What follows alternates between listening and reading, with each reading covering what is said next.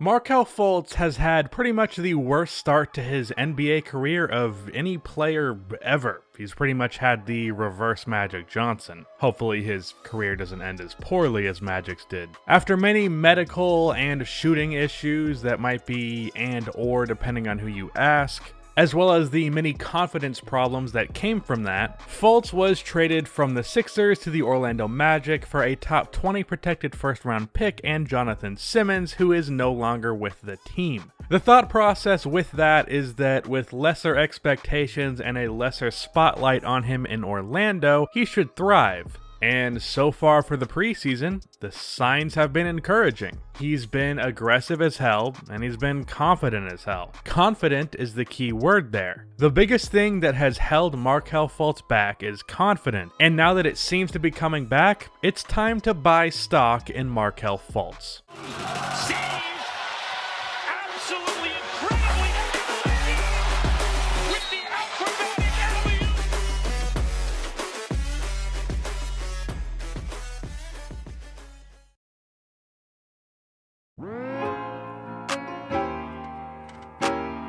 Markelle Fultz has had a really good preseason so far. It's only been 2 games and he's only averaged 7 points and 5.5 assists on less than 40% shooting, but his stats are not what should be taken away here. If you watch those games or even just watch the highlights, you would know that he looked 1,000 times better than he ever did in Philly. And I'm not talking about his jump shot, I'm talking about everything else. He hit a few short jumpers, but that isn't my biggest takeaway. His ball handling and his playmaking, specifically in the second game of the preseason, was great. He was making some really good passes. He pulled off a nice move on D Rose for a short jumper. He dished out a lot of passes that many players cannot make, and he played really good defense. He got a steal that led to this nice behind the back move and dunk. He looks like a basketball player again, and more importantly, I'm seeing a lot of the flashes of the old Markelle Fultz. When he was in Philly, on top of not being able to shoot well, he lost all of his confidence overall because of his lack of a jumper. He was scrutinized. The media was constantly breathing down his neck about it, which is understandable because it was the weirdest story pretty much ever. But he got to the point where not only was his confidence as a shooter destroyed, his confidence as a basketball player was destroyed. The Sixers were looking to be a contender when he was there. There was no time for waiting around for Markelle Fultz. Ben Simmons was already an all-star. Joel Embiid was already a superstar. And after trading for Jimmy Butler, it was pretty clear the Sixers were going to try and win now, and Fultz could not be a part of that. This isn't the Sixers' fault, by the way. It's just the hand they were dealt. So that's why I was pretty happy that he was traded to the Orlando Magic. Orlando is a really good defensive team, probably even elite defensively. But because of their lack of offense, they're pretty much set to be a lower seeded team in the East for the foreseeable future. Aaron Gordon can get you 16 a game. Vucevic is a high teen scorer. I know he averaged 20 last year, but let's be real, that was a fluke. And Evan Fournier and Terrence Ross are both solid offensive guards, but outside of that, there is 10 points and 5 assists from DJ Augustine, and that's pretty much it. This team needs a big-time scorer to take it to the next level, and I think Fultz can eventually be that. They've also needed a dude that can play make,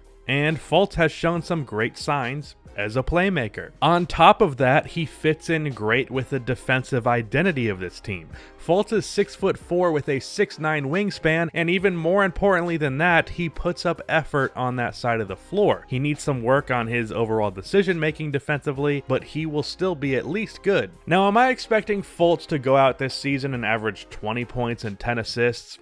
No. But as his confidence continues to grow, I think he can get to that in 1 or 2 seasons. He has literally every other aspect outside of shooting down. He is already a great ball handler and passer, good defender with potential to be great. He is great at attacking the basket. He is very athletic. He is good to great at everything besides for shooting. And the only thing that is really holding him back is that jump shot. But here's the thing. If Fultz continues to dominate at everything outside of jump shooting, his confidence will continue to grow. And as his confidence grows, the better his jump shot will get. And if Fultz becomes just an average shooter from all over the court, to the point where you can't dare him to shoot because he will hit it, he's going to be a multiple-time All-Star. People seem to act like Fultz was drafted for his jump shot and his jump shot only, but the guy was drafted because he was a do-it-all scoring guard, a tall point guard who could score in every way imaginable, play make well, and play good defense. His really good jump shot was just the cherry on top for a very good player. Now, was that one of the main things that he was praised for coming out of college?